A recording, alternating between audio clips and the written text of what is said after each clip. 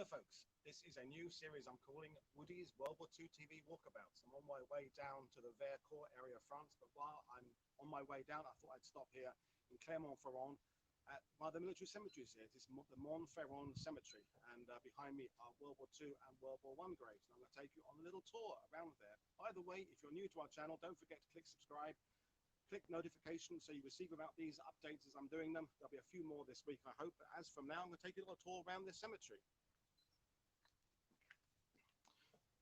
So this is the 1939-45 plot, and we have a combination of types of burials here. This is, you can see here's a cemetery, military cemetery 1939 to 45, and we have a combination of military burials and maquisards, so resistance, and I'll show you them as we go around. So here, for example, are some maquisards, so the maquis, one of the terms for the French resistance. This one here is unknown, and in fact quite a few of them here are unknown. So 1944, and these are going to be from the fighting. We're not too far away from Lyon here, where Klaus Barbie was, of course, and this is near the Vercors plateau that I'll be going to later this week. So we have a variety of graves around here, and there's some quite nice flags and banners around here. Mort pour la patrie is an interesting French term because it doesn't translate literally. But of course, during the war, France didn't technically exist. It's part of occupied Germany and it's not yet liberated. So pour la patrie kind of means for the homeland. These guys died for the homeland that they're hoping to get back again. And I'll just take you up and down the rows here. So these are 1940 burials here. So these may have been during the actual German invasion, 1940. There are others, 41. I have no idea whether some of these people perhaps died overseas in North Africa and were repatriated here. I don't know. These ones here you can see are unknown. So unknown maquisards, so unknown resistance. Quite possibly the victims of massacres. There were a number of occasions where the Germans just, as acts of reprisals, just summarily executed people. We're not far here from Limoges and Toul, which if you know your history, back in June 44, Oradour-sur-Glane is not far from there. So this is the area where the resistance was very active because you've got big mountain areas where they could hide. We'll be talking about this later in the week. A lot of the young resistance who joined up here were people who were escaping from their obligatory service for the Germans, a service travail obligataire, and they were simply hiding somewhere where they could live off the land and hide somewhere where the Germans wouldn't find them. And later, in July 44, there was an epic battle about an hour and a half away from where I am now, which I'll be telling you about later in the week. So these graves, you can see 1942, 1943, 44. There's also a woman buried here. Found this a bit earlier. Marie Gorse Verve. She's a widow of Philippe, so she was killed in 1945. The sunlight is actually on the stone there. Whether you can read that, I don't know. But as we go up and down the rows here, so these are all counted as being military burials, so either resistance or within the French services. So 1945 again. And it is, of course, a typical French cemetery. If you've never been to a French cemetery, most of the burials are above ground with quite large tombstones. And I'm going to take you over now to the First World War plot, because of course everywhere in France, despite the fact the First World War was located to certain areas, we think of Verdun, we think of the Somme, every French village from the north, south, east, west kind of gave its sons to go and serve. So wherever you are in France, there's always First World War names on the monument. But here we have quite a few actually buried here. I don't actually know the circumstance, whether these were killed here or repatriated here, I don't know. But there are a lot of 1917 graves here. So July 1917. Got the unit details there on the graves. I'll show you these.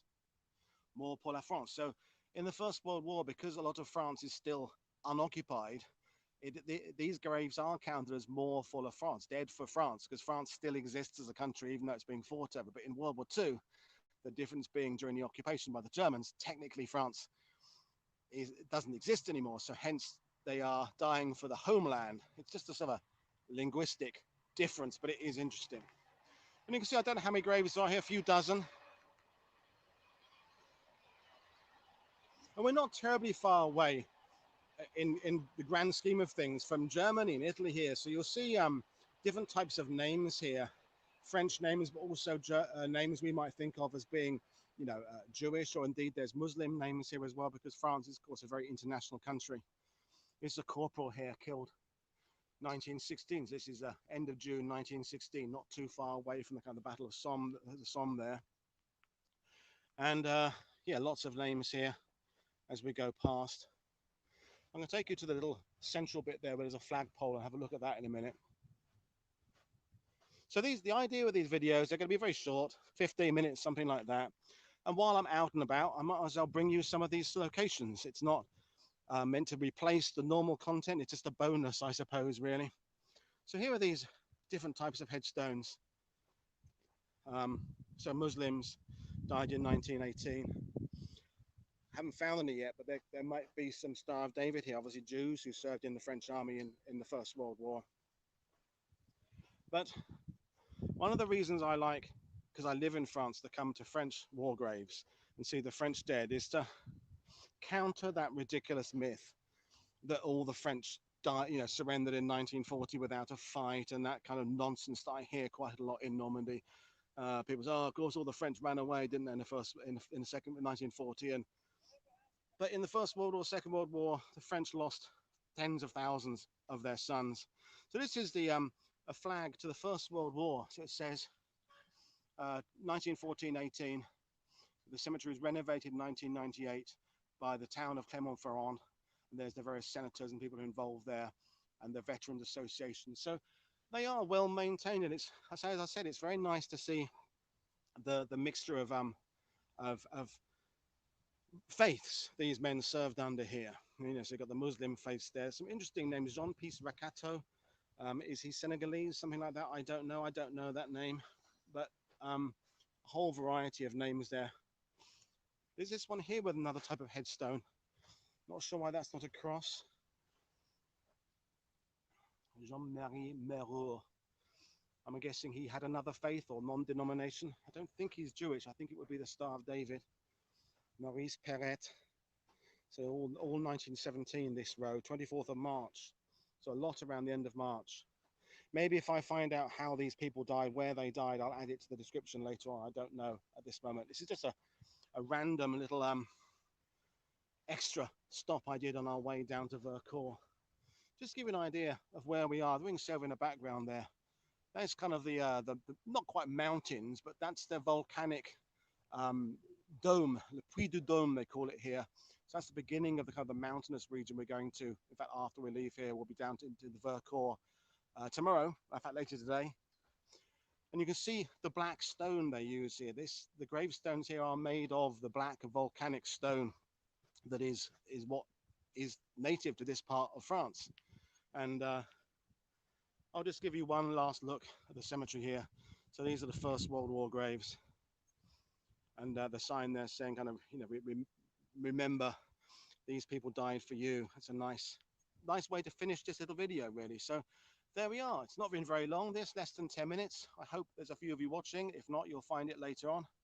And yeah, Woody's World War II TV Walkabouts. It's going to be something I'm going to be doing more of. I've worked out how to stream using my phone, using my little stabilizer, and hopefully you'll find that interesting. So one last little kind of panning shot around, and I'll end things now. But you can expect 2 or 3 more of these over the next few days as I push my little travels around the Vercors area. So Vercors, if you don't know, massive great resistance battle in July 1944. I'll be telling you about it later in the week. If you want to do some research in advance, check out on Wikipedia, Vercors, July 1944. We're talking about German mountain troops, SS, German gliders, 5,000 Maquisards or resistance fighting about 10,000 Germans on a plateau. If you're British and you're watching this, maybe you remember the series Wish Me Luck from the 80s with Jane Asher and various other people. Well, the 3rd series was all set in Vercors. They called it La Crest in the series, but that was all filmed on location there. So that's back in the 80s. Now, I know Kate Vigers has a fondness for that series because it's all about SOE, but that was the 3rd season. But right now, I'm going to end things, and I will see you all again. This is Paul Woodadge for World War II TV, saying see you all next time. Cheers, everybody.